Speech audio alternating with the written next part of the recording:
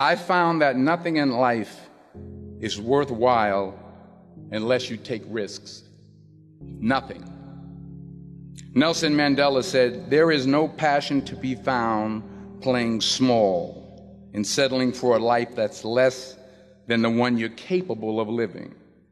Now, I'm sure in your experiences in school and applying to college and picking your major and deciding what you want to do with life, I'm sure people have told you to make sure you have something to fall back on. Make sure you got something to fall back on, honey. But I never understood that concept, having something to fall back on. If I'm going to fall, I don't want to fall back on anything except my faith. I want to fall forward. I figure at least this way I'll see what I'm going to hit. Fall forward. This is what I mean.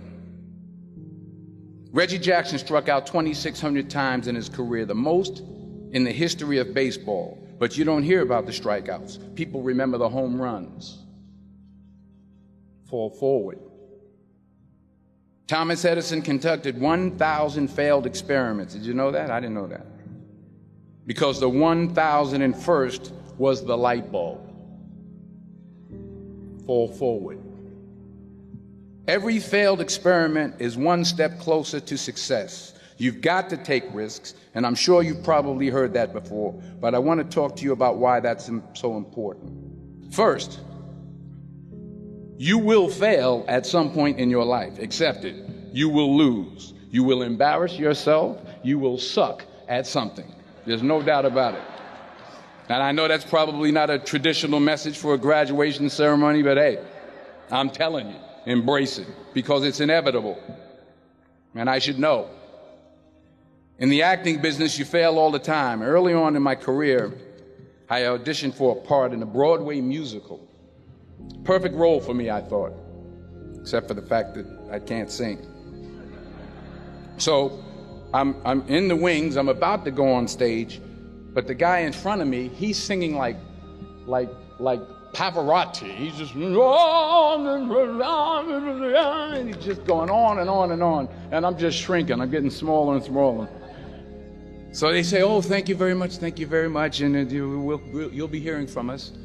So I come out with my little sheet music, and it was Just My Imagination by the Temptations. That's what I came up with. So I hand it to the accompanist, and she looks at it and looks at me and looks out at the director and was like, "Nice." So I start, I'm going to sing. I'm like, "It's just my imagination once again, and they're coming away with me." And I'm not saying anything, so I'm thinking I'm getting better. So I just start getting into it. It was just my imagination. Running. This, oh yeah, thank you very much, Mr. Washington. Thank you. So I assumed I didn't get the job. But the next part of the audition, he called me back. The next part of the audition is the acting part of the audition. Now I'm like, hey, okay, maybe I can't sing, but I know I can act. So they pair me with this guy, and again, I didn't know about musical theater. And musical theater is big, so they can reach everyone all the way in the back of the stadium.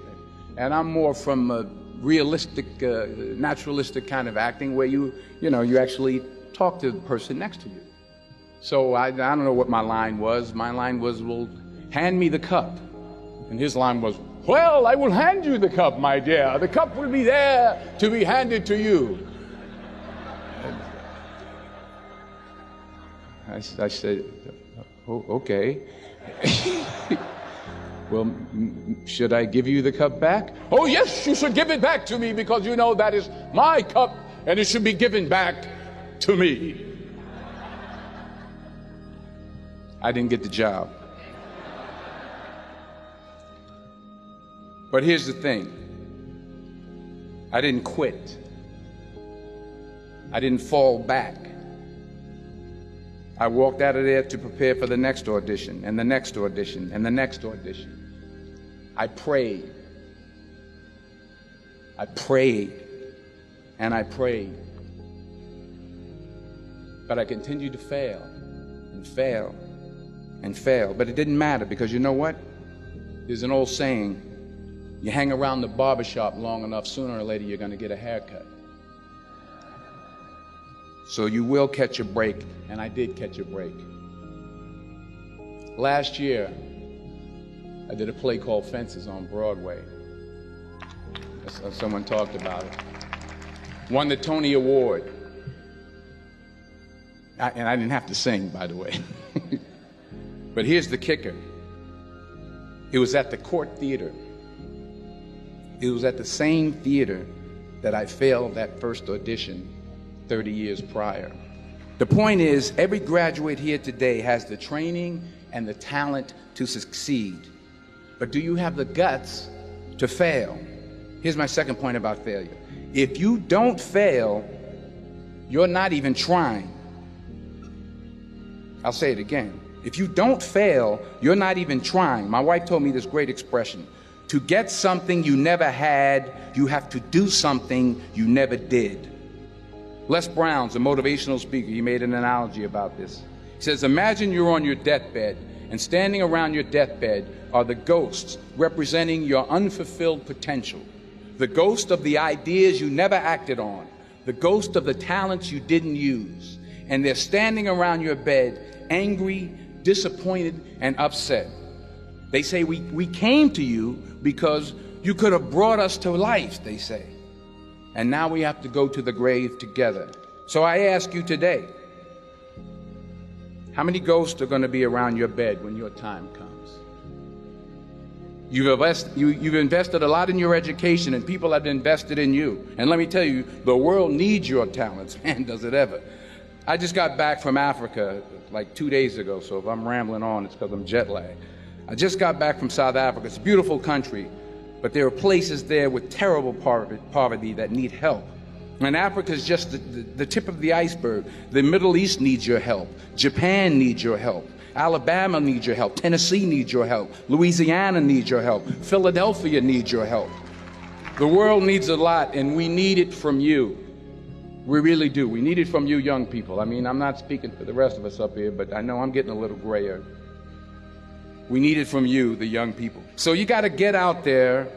You got to give it everything you got, whether it's your time, your talent, your prayers, or your treasures.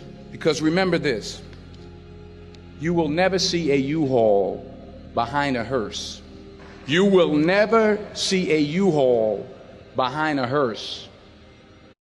Introducing T-Mobile's Hometown Discount. Switch today at your local store and get 25% off for life. Hey, if you work a 9 to 5 and you want out, check this out. Hey. How much money did you make last week? You can't take it with you. The Egyptians tried it, and all they got was robbed. So the question is, what are you going to do with what you have? I'm not talking about how much you have. Some of you are business majors. Some of you are theologians, nurses, sociologists. Some of you have money. Some of you have patience. Some of you have kindness. Some of you have love. Some of you have the gift of long suffering. Whatever it is, whatever your gift is, what are you going to do with what you have?